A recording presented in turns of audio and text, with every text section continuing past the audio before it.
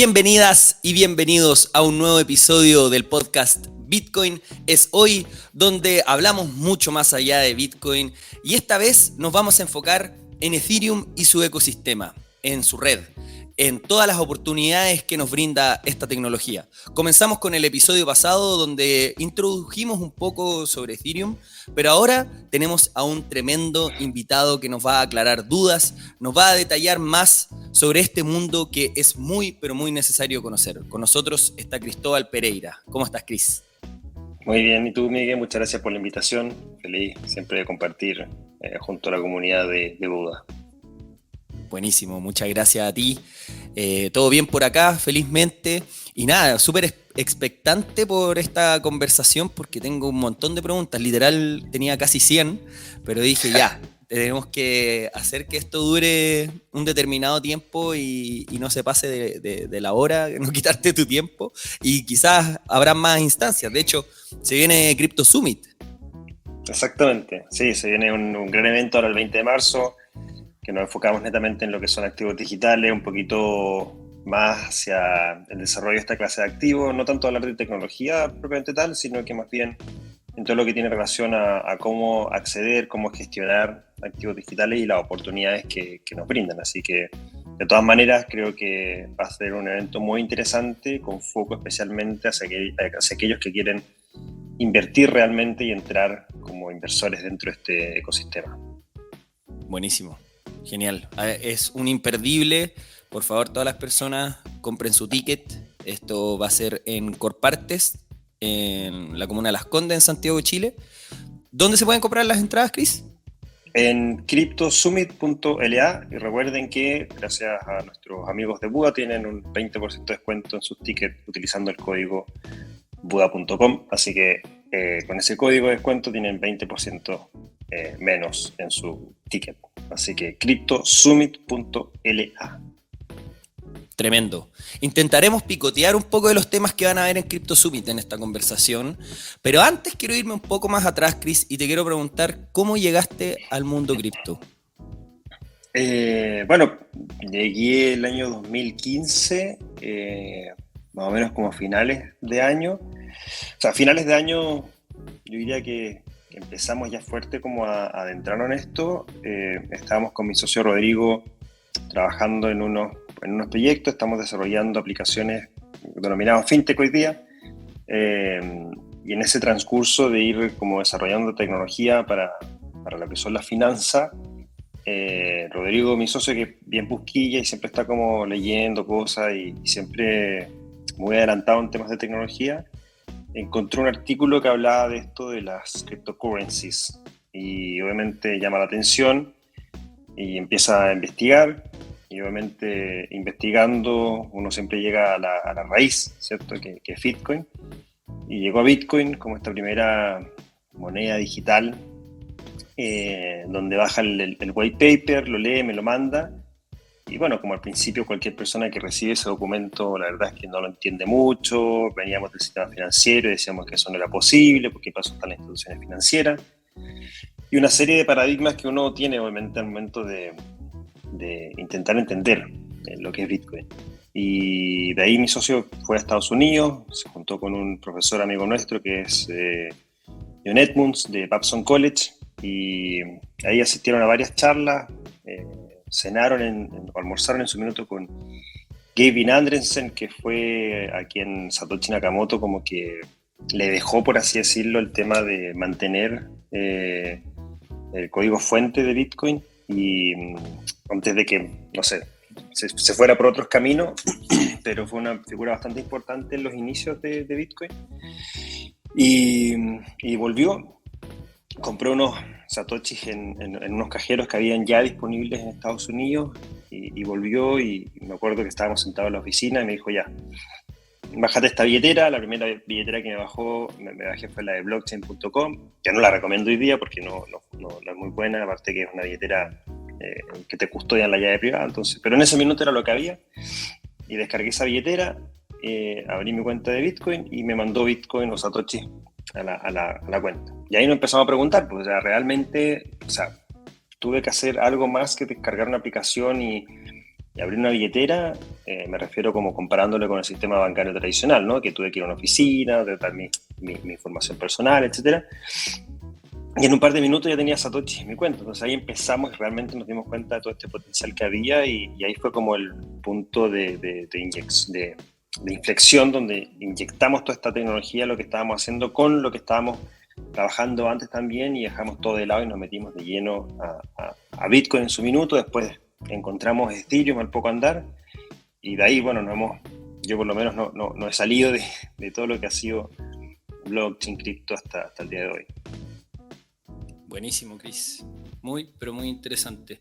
De hecho, en el episodio pasado comentaba de que nosotros te hemos visto en diversas charlas y explicas esta tecnología a un nivel impactante. Hay un montón de capas sobre cada una de estas criptomonedas, sobre cada una de estas redes, un montón de conceptos técnicos que tú te has dedicado a la academia y a la educación para poder transmitirlos de forma sencilla, dando a entender el potencial que tiene esta tecnología. Y en eso me gustaría preguntarte sobre esta tecnología ampliamente. De hecho, me quiero ir hacia la Web 3, cripto, así un poquito más general, un poquito más meta. ¿Cómo explicarías el paradigma de la Web 3 de forma sencilla y si crees fundamental que todas las personas lo conozcan o quizás no es necesariamente para todos? ¿Y por qué Web 3 se relaciona tanto con cripto y Ethereum propiamente tal? Bueno, a ver, Web 3 es una serie y un conjunto de tecnologías, no solamente blockchain o cripto.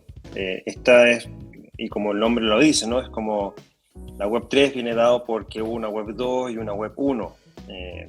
Cuando se crea las primeras páginas web, la World Wide Web, ¿cierto? Por Tim Berners-Lee en finales de los 80, principios de los 90,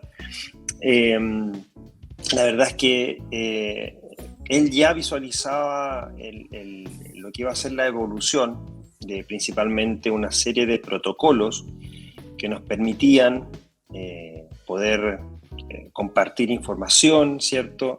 Que nos permitían conectarnos globalmente y al poco andar también transferir o transmitir, ¿cierto? No solamente información, sino que también dinero a través de estas redes de Internet.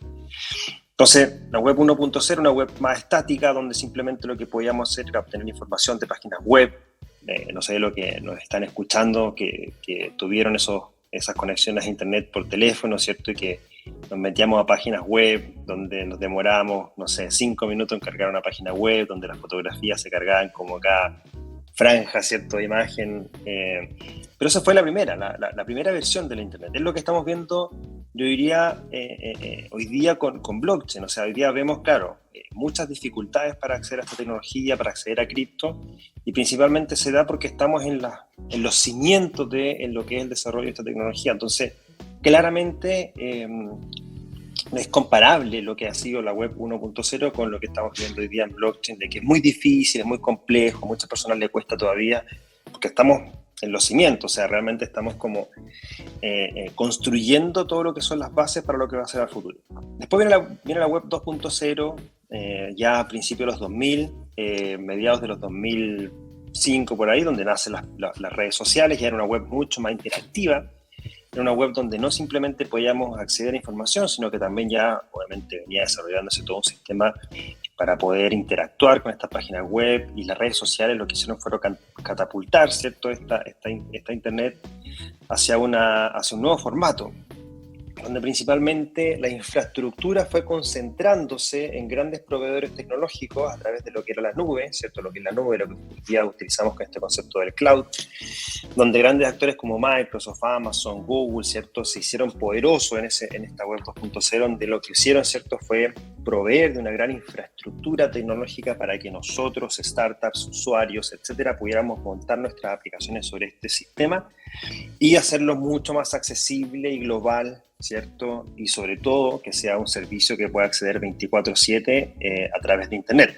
Porque lo que había en la web 1.0 era que cada uno, si cuando uno quería emprender y tener su página web, tenía que montar su propia infraestructura, tenía que montar sus servidores, tenía que montar su página web, y por eso es que las grandes startups de años atrás nacieron en los garages, porque en los garages era donde instalaban sus servidores, sus páginas web, instalaban su conexión a internet y con eso tenían su página web y podían ofrecer sus servicios al mundo. El problema era que si se te apagaba la luz o se te caía la luz en el sector donde estabas residiendo, la página web se caía porque el servidor dejaba de funcionar y obviamente no podías acceder a esa página web. Entonces todos esos problemas empezaron a resolverse con el desarrollo de estos grandes proveedores tecnológicos que le dijeron a los emprendedores, oye, monta tu sistema acá, monta toda tu aplicación, tu página web acá, nosotros te proveemos una infraestructura que te damos el 24/7, apta el 99,9%, y aparte te sacas un problema de encima que es tener que estar obviamente pendiente del servidor y todo eso.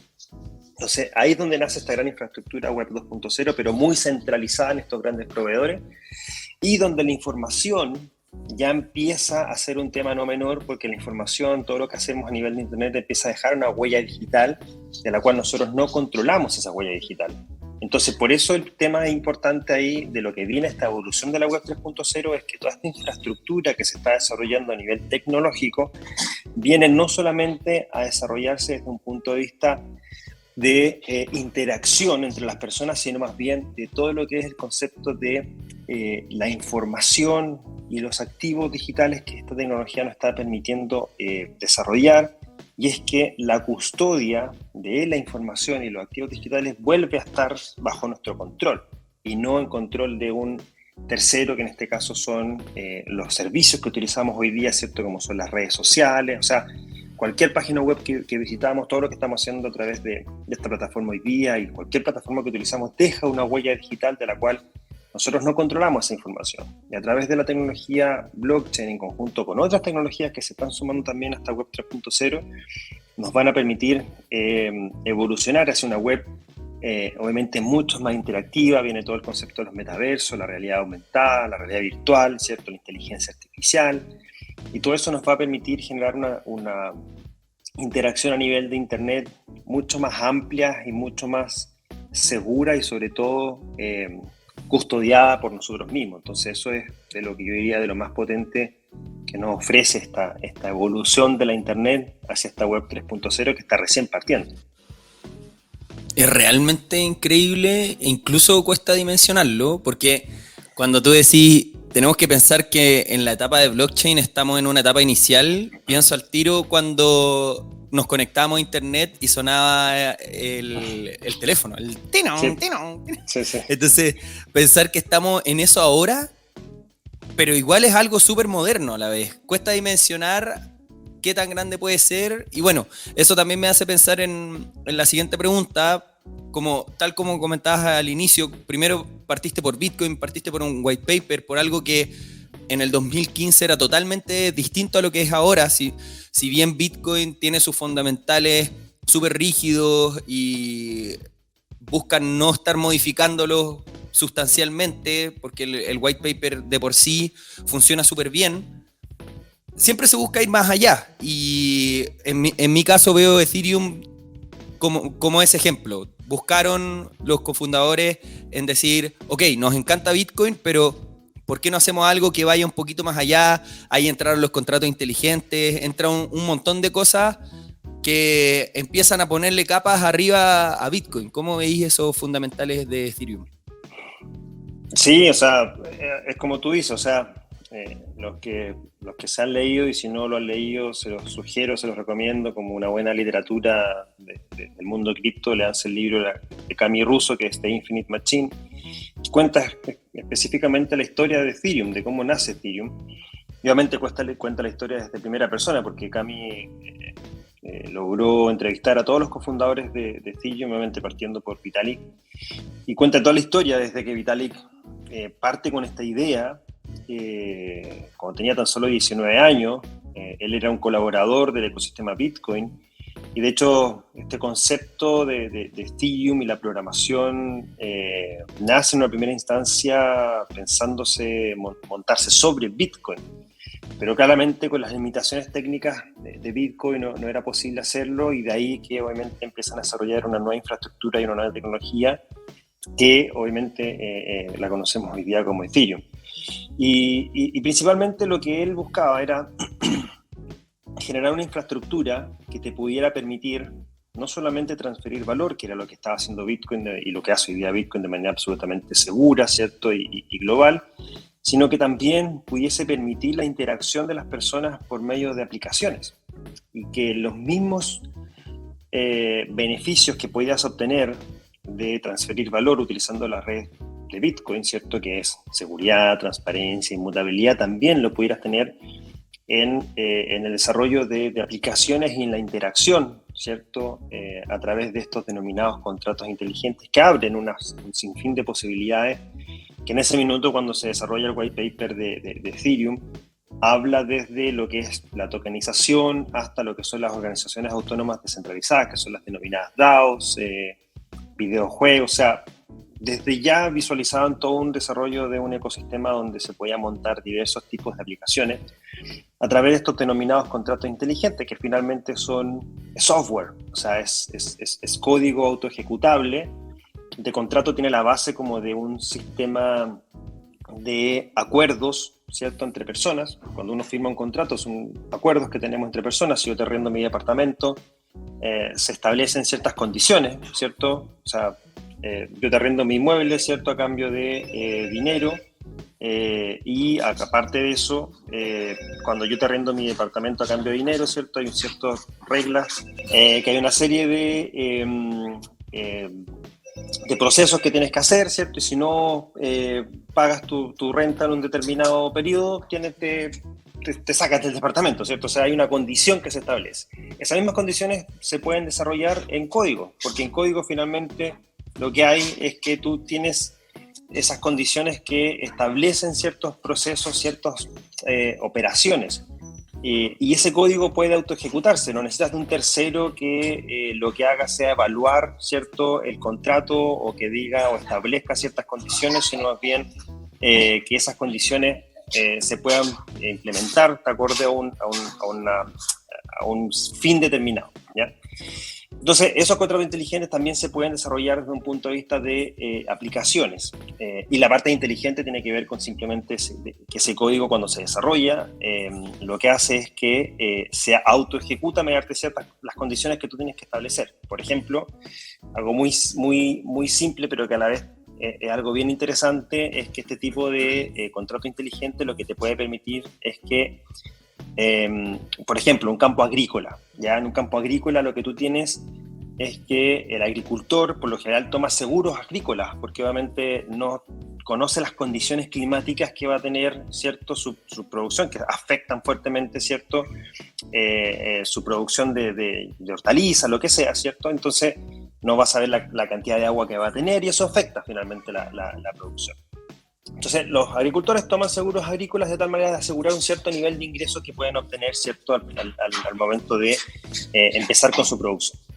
Pero esos se establecen con ciertos criterios y en base a todo lo que es una historia de dónde está ubicado el campo, ¿cierto?, la información climatográfica, o sea, meteorológica, ¿cierto?, la aclimatación, etc. Los contratos inteligentes podrían trabajar de una manera en la cual tú pudieses pagar, por ejemplo, la prima de tu seguro acorde a las condiciones reales de lo que está sucediendo en el campo en ese minuto. Porque los contratos inteligentes, a través de ciertos conceptos que se llaman los oráculos, se conectan a la información que hay en Internet hoy día, entonces esa información es en tiempo real. Y esa información, al ser en tiempo real, lo que sucede es que la prima que tú vas pagando se va actualizando acorde a lo que está sucediendo realmente con el clima hoy día. Entonces, si estamos en un periodo donde a lo mejor está muy seco, ¿cierto?, a lo mejor pagas un poco más porque lo más probable es que vas a necesitar usar el seguro para recibir tu ingreso mínimo, o si está muy lluvioso y tienes una muy buena producción, la prima automáticamente se ajusta hacia abajo porque ya sabes el productor, ¿cierto?, que va a tener una buena cosecha este año.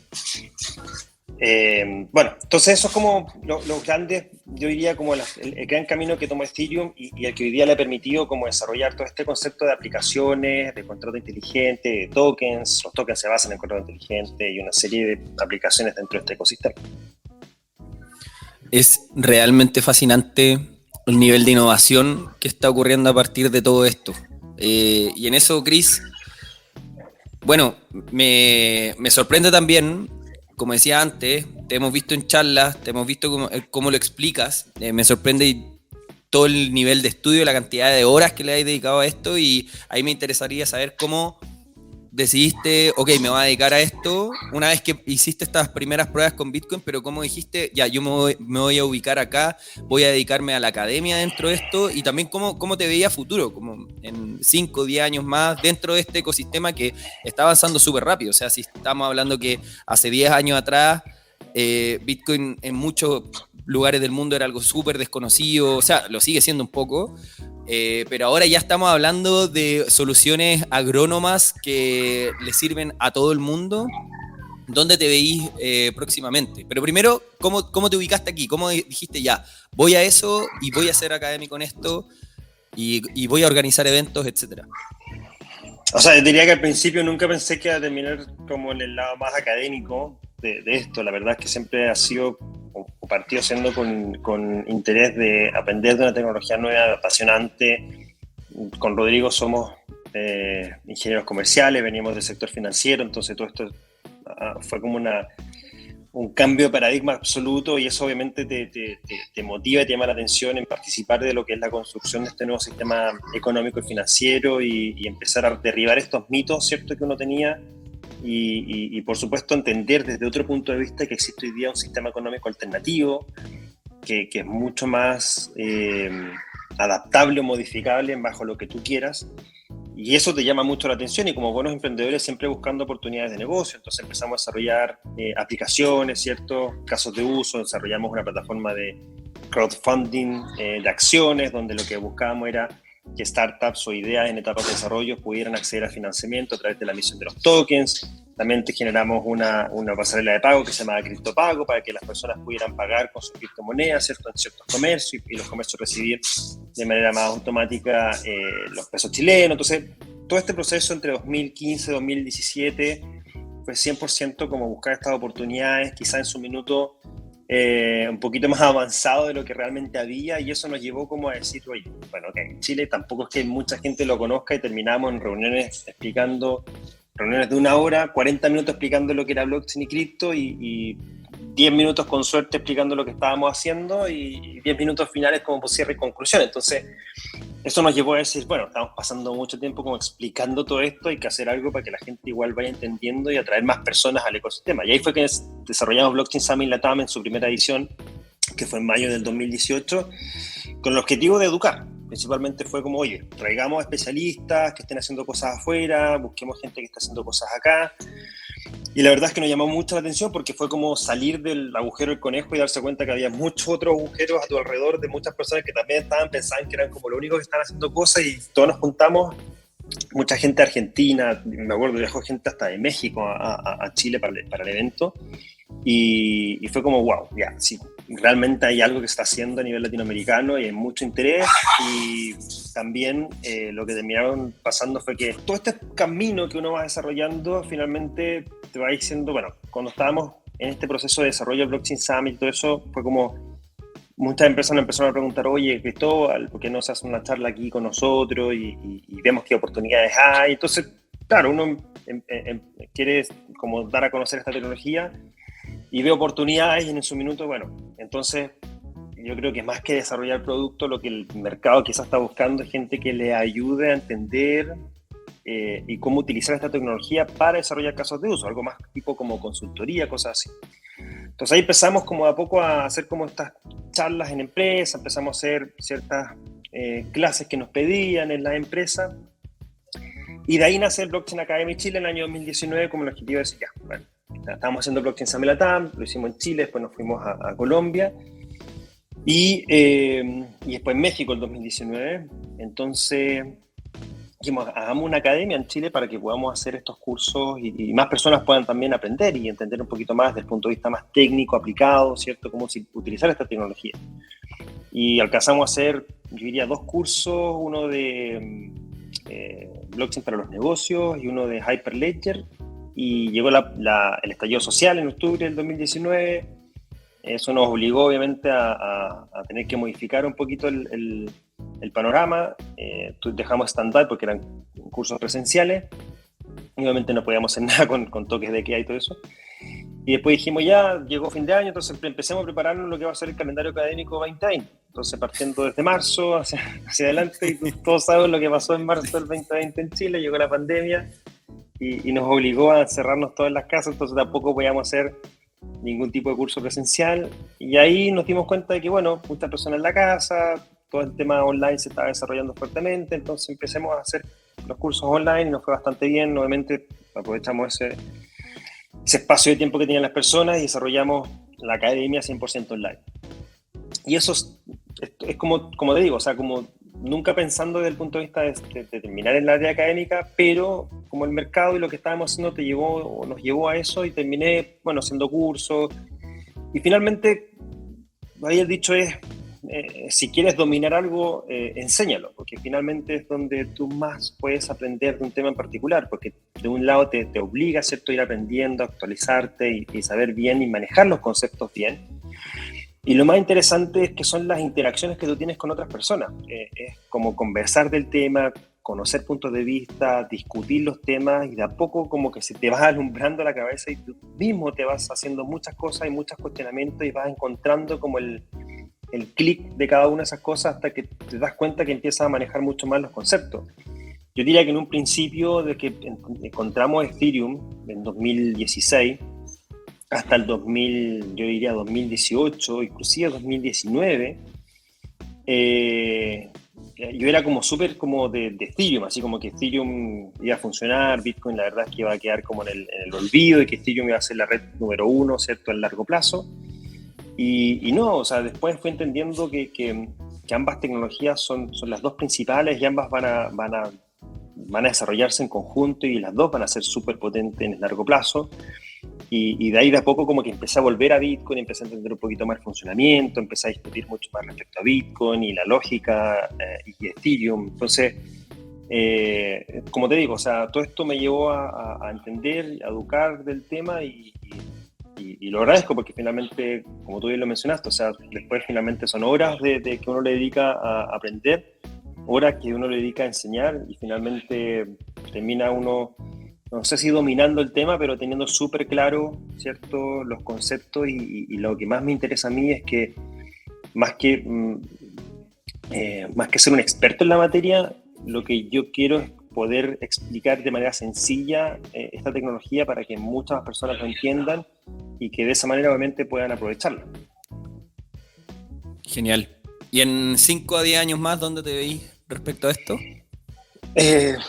sea, si preguntáis cuando partí esto, si me veían 5 años más siendo profesor o educador, no estaba en mi scope de 5 años más, pero hoy día sí tengo algo bien claro, que como hemos empezado a trabajar mucho con el desarrollo de emprendimiento y startup con esta tecnología, me gustaría en 5 años más quizás ser inversor en startup de cripto, o sea, un inversionista ángel, obviamente, pero si logro generar un patrimonio que me permita invertir en ideas interesantes, que permita que otros emprendedores, ¿cierto?, den el salto y que puedan desarrollar sus casos de uso que puedan ser interesantes, que se están construyendo mucho en Latinoamérica, y por ahí veo pasar muchas oportunidades que digo, pucha, entonces ese patrimonio me gustaría invertir en estas ideas, y eso, así que eso como que me ha mostrado decir, bueno, me interesa este mundo también de las startups, de los emprendedores, y obviamente blockchain, cripto y Web3, entonces converger todo eso en poder ser inversionista de nuevas ideas, para mí es como lo que me llama la atención hoy día. No sé si en 5 años más sea igual, pero al menos hoy día sí me gustaría hacer eso. Interesante. Sí, bueno, nunca vamos a ver, pero claro, de repente es bueno tener ciertas ideas. Y me quiero colgar de eso, de ese interés que tienes ahora por lo que podría llegar a pasar en esos 5 años, pero también, y juntándolo con lo que mencionabais respecto a cómo también aprendíais enseñando y discutiendo con ciertas personas sobre ciertas cosas. Me imagino que ahí conociste a un montón de personas que tenían ciertos proyectos, que estaban a cargo de dApps, de DAOs, son dos cosas distintas, pero me refiero a que tenían un montón de proyectos dentro de Ethereum que mostraban cómo se podía aplicar esta tecnología. Ya se estaban saliendo de lo básico, se estaban saliendo de la teoría y estaban llevando esto al día a día. Bueno, tú mismo pusiste el ejemplo de cómo esto podía ayudar en temas a nivel agrónomos, pero te quiero preguntar cómo lo has visto en otras industrias también, de repente en la industria a nivel del arte, de las finanzas mismas, de los juegos, del metaverso. O sea, ahora también está agarrando una forma súper importante a partir del futuro de los juegos, y el metaverso ha agarrado una potencia. Bueno, la pandemia ayudó mucho a la digitalización, al streaming, pero también las dApps, las DAOs, están impulsando toda esta industria desde otro lado. ¿Cómo lo habéis visto en la práctica? ¿Cómo lo habéis visto conversando con distintas personas que se están relacionando con la tecnología? No, claramente es un game changer para muchos y la verdad es que conozco muchos casos de personas que se han visto muy beneficiadas del desarrollo de esta tecnología y de las aplicaciones.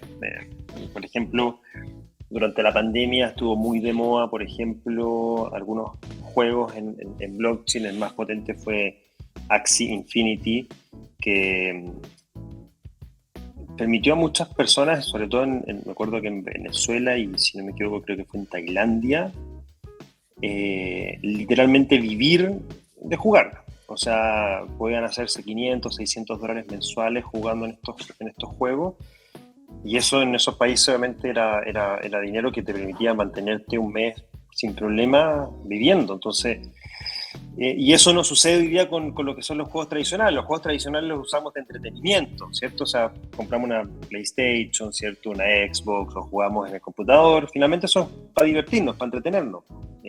Pero hoy día con esta tecnología ya no es solamente entretenimiento, sino que es todo este concepto del play to earn, el jugar para ganar. Porque finalmente todos estos juegos crean activos digitales. Estos activos digitales basados en lo que son técnicamente conocidos como los NFT, estos tokens no fungibles, tokens únicos, ¿cierto? Que tú puedes, por ejemplo, tener un personaje, un avatar, al cual tú le puedes poner ciertas mejoras. Esas mejoras tú las vas adquiriendo mediante lo que vas haciendo en juego. Entonces, hoy día el entretenimiento, cuando uno juega un juego como, no sé, como Fortnite o Roblox o cosas así, uno va ganando estas moneditas propias del juego y que puedes ir gastando, ¿cierto? Mejorando tu avatar. Pero esas mejoras quedan ahí y es para tu avatar. En estos otros juegos que están basados en cripto, en blockchain, esas mejoras tienen un costo económico. Y por cada etapa o por cada duelo que tú vas ganando recompensas económicas que tienen un valor real, que tú puedes ir al mercado, venderlas, pasarlas a un activo digital como lo que son los dólares digitales, como USDT o USDC, llevártelo a Buda, por ejemplo, .com, venderlas por pesos chilenos y recibir pesos chilenos en tu cuenta por estar jugando. O sea, es como te digo, un game changer para muchos. Casos como que son tan del día a día o cotidianos como es jugar un videojuego. Temas de finanzas, hoy día, si no hemos dado cuenta, se han desarrollado muchas aplicaciones, muchas fintech, muchas billeteras digitales que te están ofreciendo el poder hacer, por ejemplo, pagos o remesas internacionales en cosas de minutos, en una hora. Utilizan la tecnología blockchain por debajo, utilizan estas monedas digitales por debajo para poder hacer todo el proceso de transferencia de valor, y lo hacen de una manera hoy día bien simple y de fácil uso para todos los usuarios que por ahí no conocen tanto de cripto, blockchain, y que se lo hacen sencillo. O el simple hecho de poder acceder a dólares digitales y que tú lo puedas dejar como rendimiento, ¿cierto? Desde que llegó la pandemia también empezó a popularizarse mucho en Chile los dólares, porque también los dólares empezaron a subir de precio. Ya no estábamos acostumbrados a los 700, 800 pesos, ya que pasaba los 800 pesos era como, está bastante caro el dólar, y hoy día ya estamos normalizándonos en 900, 950, inclusive cuando llegó a 1000 pesos el dólar fue como, ¿qué está pasando? Y mucha gente obviamente también quiso acceder a dólares como una forma de resguardar sus ahorros, sabiendo que también el peso chileno estaba perdiendo competitividad, la inflación estaba afectando, y muchas personas empezaron a acceder a dólares digitales y dejarlos en lo que son aplicaciones de finanzas descentralizadas, ¿cierto? Que finalmente son sistemas o aplicaciones en los cuales mediante contratos inteligentes tú puedes resguardar estos dólares digitales a cambio de rendimiento, de una tasa de ahorro, ¿cierto? Que te puede entregar. Y eso también, o sea, yo empecé a utilizar mucho más estas aplicaciones DeFi durante la pandemia. Hoy día la verdad es que lo uso bastante, o sea, tomo créditos utilizando mis cripto como garantía, como colateral, ¿cierto? No tengo que ir a pedir crédito al banco hoy día. De hecho, ayer o antes de ayer me metí a la CMF a ver cómo conoce tu deuda o conoce tus deudas. Y yo tengo cero deuda, o sea, no tengo cero deuda en el sistema bancario tradicional, porque tengo todo lo que son deudas en el sistema cripto. Entonces, todo eso es como un cambio absoluto de cosas que tú puedes hacer. Y hoy día realmente tú podrías vivir 100% en cripto. Obviamente necesitas una cuenta bancaria chilena para poder recibir peso chileno y poder pagar ciertas cosas, pero bueno, para eso puedes tener una cuenta root, una cuenta Vista, una cuenta digital, que la verdad es que todos los bancos ya están ofreciendo cuentas digitales bien simples, y el resto puede funcionar 100% en cripto sin problema. Así que hay como muchas cosas que se están desarrollando, y todo el tema de las DAOs hoy día también está siendo súper potente. O sea, el hecho de participar en sistemas comunitarios donde cualquier persona puede tener voz y voto, ¿cierto? En ciertos casos de uso o condiciones que se pueden establecer, es súper potente. Y bueno, yo creo que finalmente es como bien interesante ese punto, y yo diría que hay mucho más por desarrollarse. Estamos recién partiendo, como te decía al principio, o sea, estamos viendo las bases, los fundamentos de esto. Tocaste un punto importantísimo, que es el estándar del dólar, de cómo dependemos mundialmente del dólar, cómo el dólar determina finalmente las finanzas tradicionales a nivel global. Y desde que yo tengo conciencia, al menos, desde la pandemia hasta ahora, quedó muy en evidencia lo frágil que es ese sistema.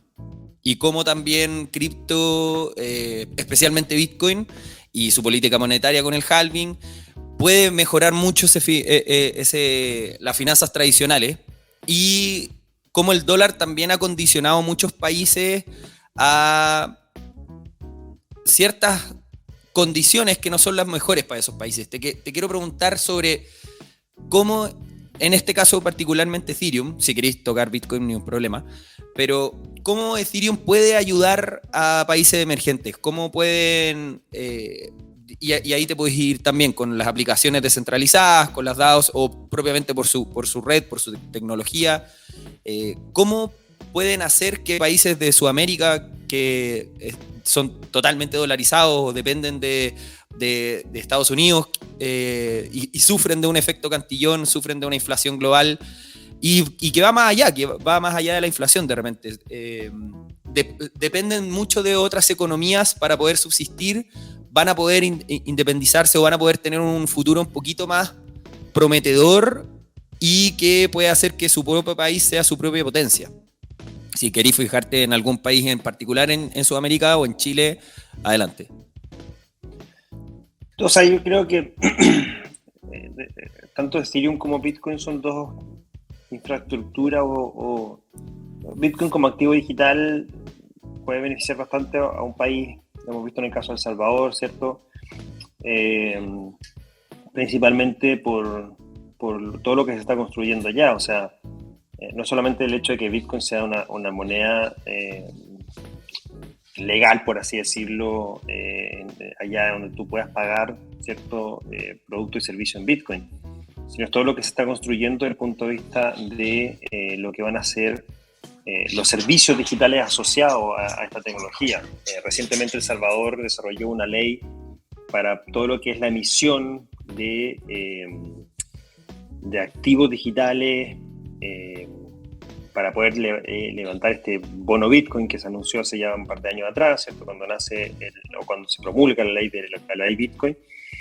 Pero eso trae también muchas empresas que están llegando a El Salvador a instalarse sus oficinas centrales para poder desde El Salvador, y bajo esta nueva ley, emitir ciertos tipos de activos digitales, tokenización de activos, por ejemplo, todo lo que es una infraestructura legal para poder hacer emisión de activos, de tokenización de activos reales, real world asset, que se llama hoy día toda la tendencia que se está desarrollando. O sea, desde lo que son obviamente inmuebles, que es lo que más se está desarrollando hoy día, pero también te va a permitir tokenizar acciones, bonos, etc. Entonces, es como entender de que tú puedes utilizar esta tecnología para adentrarte en lo que es este mundo digital, que finalmente lo que estamos viendo, lo que estamos visualizando es que empresas desde un país pueden salir a emitir productos o servicios, ¿cierto?, basados en esta tecnología, y desde instalarse en ese país y exportar servicios, obviamente el país directamente o indirectamente va a verse beneficiado, porque necesitas no solamente instalar la oficina, sino que también contratar personas locales, ¿cierto? Al hecho de proveer servicios, puedes también pagar impuestos. En algunos casos, muchas veces se le incentiva, ¿cierto?, con no pago de impuestos para ciertos tipos de servicios que tú puedes ofrecer, pero es el hecho de que estás instalándote, de que contratas personas locales, de que obviamente también aumenta el turismo, porque aumenta mayor la cantidad de personas que están entrando a tu país. Entonces, indirectamente tú ves beneficios en esta materia. Lo que está haciendo El Salvador también con la minería de Bitcoin a través de la energía que generan los volcanes que tiene El Salvador también. O sea, imagínate en Chile hubiese una política nacional donde aprovechemos el sol, ¿cierto?, del desierto de Atacama para poder montar, ¿cierto?, paneles solares que nos permitieran, por ejemplo, minar Bitcoin y tener una reserva de Bitcoin, porque estamos utilizando el sol del desierto, o lo que son las hidroeléctricas en el sur también, ¿cierto?, o los vientos, ¿cierto?, que están instalando muchos, plantas eólicas, ¿cierto?, de generación de energía. O sea, también pudiésemos tener muchos beneficios desde ese punto de vista. Y desde el punto de vista de Ethereum es todo lo que es la tokenización de activos. Yo diría que imagínate el hecho de que pudiésemos tener un sistema en el cual el Estado pudiese tokenizar cierto tipo de activos que te permitieran acceder o ser partícipe, ¿cierto?, de algunos beneficios del Estado. O sea, hay muchas cosas que yo diría que como tecnología puede implementarse para ayudar a los países en vías de desarrollo a tecnologizarse o a adentrarse en esta nueva ola digital y desarrollo de activos digitales. O sea, lo que son las monedas locales también se están tokenizando. En Argentina hay, no me acuerdo si 1 o 2 proyectos ya del peso argentino digital. En México también está el peso mexicano digital. En Colombia se está desarrollando, en Brasil está el real digital. O sea, todos los países están desarrollando sus propias monedas digitales también. Entonces, yo diría que hay muchas cosas que se pueden utilizar, por decir algunas cosas. O sea, el hecho también de participar en los metaversos, identidad digital, trazabilidad, compras públicas, muchos casos de uso que puede utilizar un gobierno para implementar y mejorar lo que hacen haciendo uso de tecnología.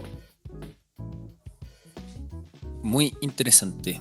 Oye, Chris, me quiero pasar a la polémica de la comunidad Bitcoiner y de Ethereum, que también de vez en cuando se presentan como rivales dentro de la comunidad, y hay algunos que rechazan Ethereum y otros que rechazan Bitcoin en estos espacios. Y principalmente lo que he visto yo es que la crítica es que se ve Ethereum un poquito más centralizado que Bitcoin en ciertos aspectos, sobre todo como por las últimas actualizaciones que ha tenido, y te quiero preguntar sobre eso, sobre qué es mito de eso, qué es beneficioso de eso, si es que existe una cierta centralización de Ethereum, qué cosas hacen que no caiga en errores y todo lo que eso significa también. Mira, yo diría que, a ver, técnicamente hablando, la red de Ethereum, si lo vemos desde el punto de vista de desarrolladores, tiene mucho más desarrolladores activos que la red de Bitcoin, por ejemplo. Claro. Entendamos que hay como 3 grandes grupos en todas las infraestructuras. Tienes primero los que son los mineros o los validadores, ¿cierto?, que proveen de infraestructura para que las transacciones puedan registrarse en esta cadena de bloques. Tienen los desarrolladores, que lo que hacen es mantener el software del sistema actualizado, porque obviamente van desarrollando ciertas mejoras, se va visualizando un roadmap de desarrollo que te permite, ¿cierto?, ir mejorando la infraestructura para hacerla más escalable, más segura, más descentralizada, lo que se busca siempre en esta red de blockchain, y los terceros son los usuarios. Entonces tú tienes estos tres grandes grupos, ¿cierto?, que interactúan en una infraestructura cripto blockchain en general, cualquiera sea de ella, desde Bitcoin hasta Solana, BNB Chain, y todos tienen estos tres grandes grupos.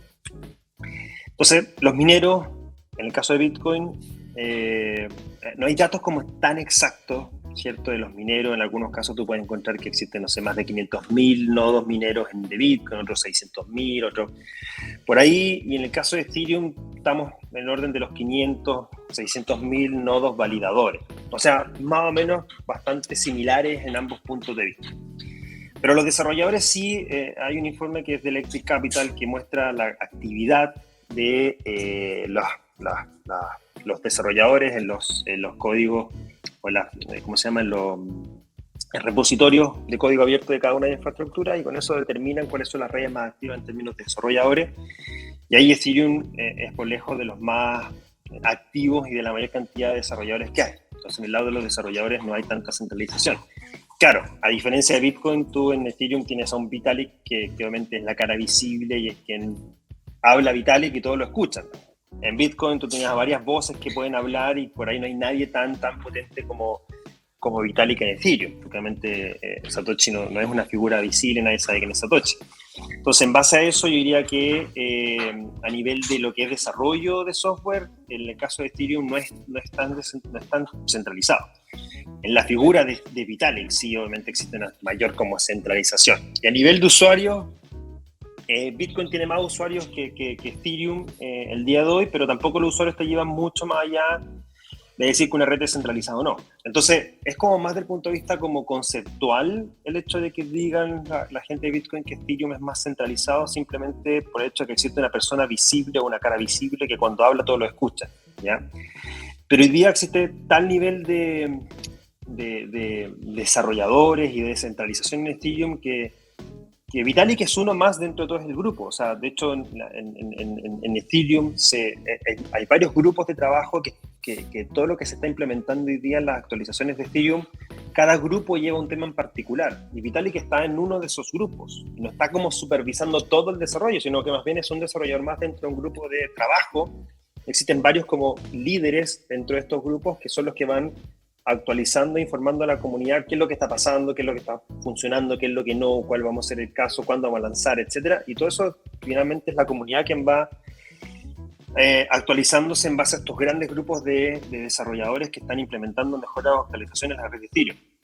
Entonces, eso, o sea, yo diría que no es el concepto de que Ethereum sea más centralizado no es cierto. Y sí, obviamente sí hay rivalidad. O sea, los bitcoiners maximalistas, cualquier cosa que no sea Bitcoin lo van a criticar por cualquier cosa. Y los Ethereum maximalistas también, o sea, van a criticar cualquier cosa que no sea Ethereum, y eso siempre los va a tener en cualquier lado, igual en la política, o sea, tiene a los de extrema derecha, a los de extrema izquierda y los del centro, y yo soy más una persona de centro que creo que... Sí, exactamente. Entonces, a mí me gustan ambos mundos, me gustan ambas tecnologías, uso ambas tecnologías, y son de las dos que yo estoy seguro que van a perdurar en el largo plazo. Todo el resto de lo que no sea Bitcoin y Ethereum son tecnologías que están en desarrollo, en crecimiento, en validación, y por ahí pueden mantenerse o quizás extinguirse, uno nunca sabe. Gracias, Chris. Oye, una última pregunta. La educación sobre esta red, Ethereum principalmente, pero también Bitcoin, y la tecnología blockchain es... o sea, la educación sobre estos dos es súper clave para que aumente la adopción.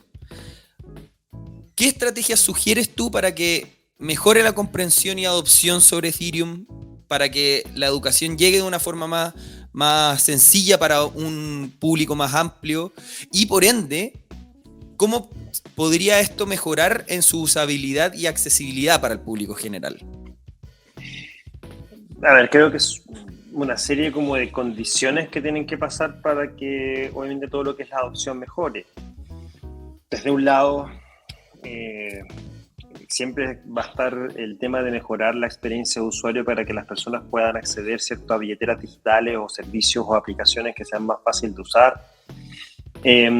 Hay un tema que se está desarrollando desde ya el año pasado en el ecosistema de Ethereum que se llama las Account Abstraction, que es principalmente una mejora que le permite a un usuario no tener que manejar sus llaves privadas, sino más bien distribuir estas llaves privadas en ciertas personas, ¿cierto?, que son de su confianza, de tal manera que si llega a perder su billetera, activa esta red de confianza para que entre ellos le vuelvan a recuperar su billetera, por ejemplo.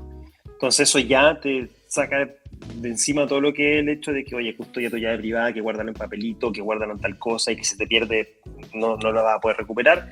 Y eso ya es parte como la mejora de lo que está implementándose en el caso de Ethereum, ¿cierto?, para mejorar esta adopción. Después viene toda la parte educativa, que eso siempre va a ser necesario. O sea, imagínate hoy que se habla de la educación financiera en aspectos generales, y están estos grandes influencers que hablan de educación financiera y la finanza es algo que manejamos desde que somos niños. O sea, tocamos dinero y aprendemos a manejar dinero que somos niños, y todos siempre hay falta de educación financiera, y eso siempre va a haber falta de educación en cualquiera de estos temas que tienen que ver con el manejo del dinero y el manejo de las finanzas, y en el caso de cripto va a ser igual, porque obviamente tú vas a necesitar el hecho de que manejes, ¿cierto?, estos conceptos para poder entenderlo y obviamente hacer uso de ellos.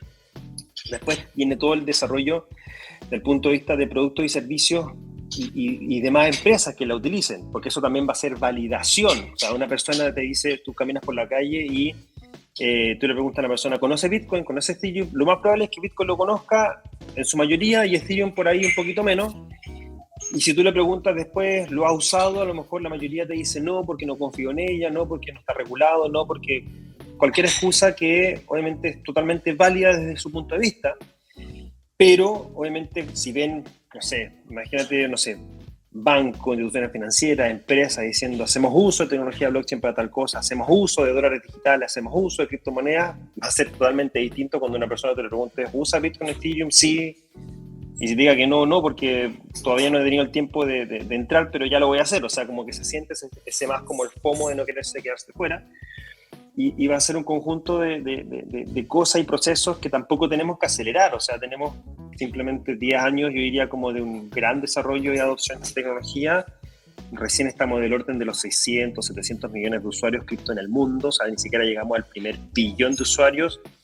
El mercado, el TAM denominado el total, el mercado total potencial que tú puedes llegar es la cantidad de usuarios que existen en Internet, que hoy día hay aproximadamente, si no me equivoco, el último número, como 6 billones, 6 mil millones de usuarios de Internet, y ni siquiera llegamos a los primeros 1.000 millones de usuarios. Imagínate todo el potencial que tienes de mercado todavía en lo que es esta tecnología. Estamos recién partiendo, como digo, y tampoco vamos a acelerar algo que en su propio proceso tiene que ir desarrollándose. La web 1.0 estuvo desde finales de los 80 hasta los 97, 98. O sea, ya estamos terminando, yo diría, esta primera gran fase, y ahora viene toda esta fase ya más de productos, de casos de uso que la gente va a poder usar, y eso va a ser un punto de inflexión que nos va a llevar a mucho más, obviamente, adopción. Y sí, yo creo que en este próximo, yo diría que, sin mentir, yo diría que durante este y el próximo año deberíamos estar llegando a los primeros 1.000 millones de usuarios en el mundo cripto, de todas maneras. Maravilloso. Eso es una muy buena noticia. Oye, Chris, quiero agradecerte enormemente por acompañarnos en el podcast Bitcoin es hoy de Buda.com, que hoy día le ponemos Ethereum es hoy también. Te dejo el micrófono por si quieres anunciar algo, quieres cerrar con algo, pero nosotros te agradecemos enormemente porque esta conversación estuvo muy entretenida y aprendí un montón. Sin duda la gente que está del otro lado de la escucha también.